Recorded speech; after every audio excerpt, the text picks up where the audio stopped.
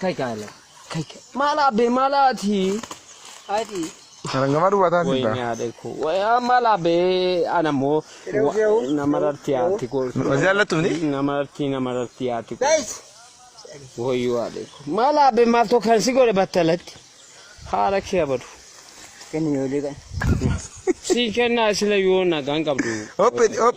Kot alkau kawat. شعب يا Singkasan kot. Kami kan?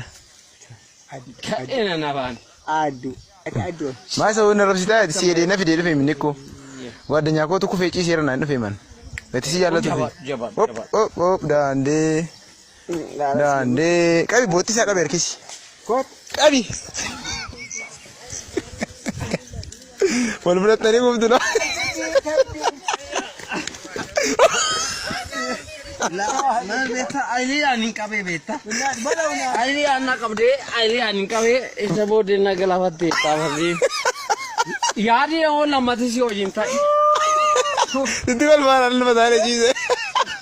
كوت الا لا كيفر فمانا غورا لا ماتا شوا راتي ما كوسو جنتا و ميدني ميدني Arang mana ini kabar? كوت كوت Jaalatamoota maatiiwwan waaqayyoon kan jaalattan waaqayyoo isiniin kan jaalatu hundumti keessan akkam jirtu akkam yoo nageessanii akkamiin turtanii viidiyoo kanarraati gaa waa hubattaniitu jedheetanii yaada jechaadha.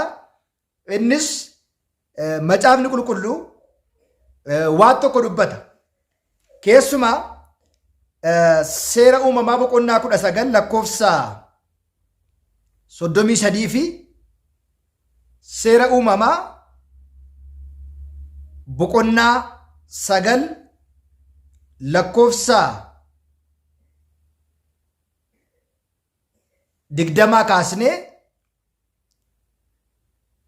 seenaa jiru isinitti hima. Innis seenaa namoota lamaniiti jechaadha.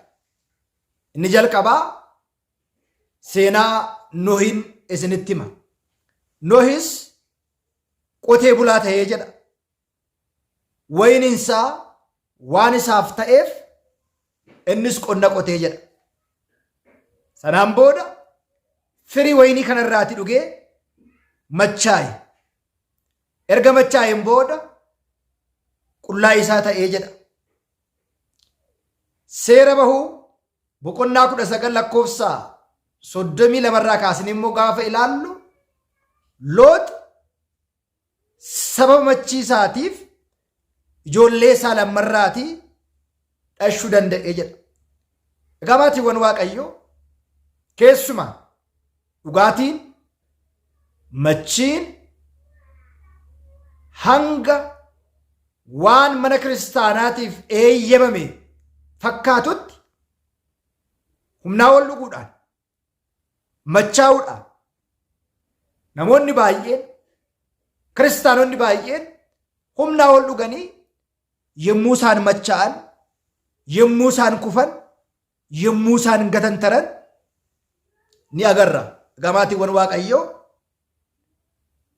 dhuguun gaarii ta'e namni tokko dhuguun dura dandeettii isaa beekuun barbaachisaadha. Ni machaa'a yoo ta'e yeroo hundumaa alkoolii dhuguu hin danda'u yoo ta'e siruma isaa dhiisuudha.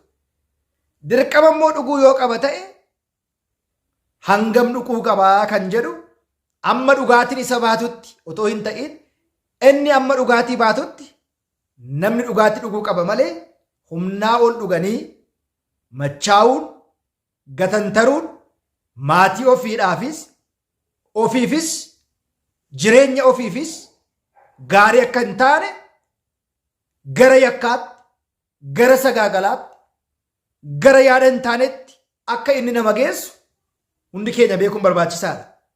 Keessumaa dhimma sirbaa fi machiin wal qabatee kan machaa'u baay'ooliin isaanii warra kirrii hidhatee jiru, warra masqaliin fannoo irra jiru, kan sirbus warra masqaliin warra fannoon morma irra jiru.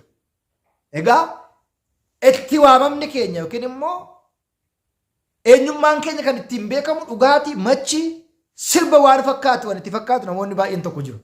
Maatiiwwan Waaqayyoo warreen dhuganii machooftan, warreen sirbitan, warreen shubbistan kiristaanota taatanii har'aa qabdanii buhaan Nohi machirraa argate qullaa ta'e hin salphinatitti dhufe.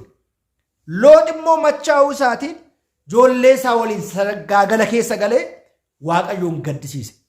Kanaaf akka hin sagaagalleef akka Waaqayyootiin walitti hin buuneetiif machi dhiisuun dhugaatii daangaadhaan dhuguun barbaachisaa waan ta'eef dabarsa barbaade galatooma ergaa biraatiin itti deebina Waaqayyoon keessan duukaa haa ta'u.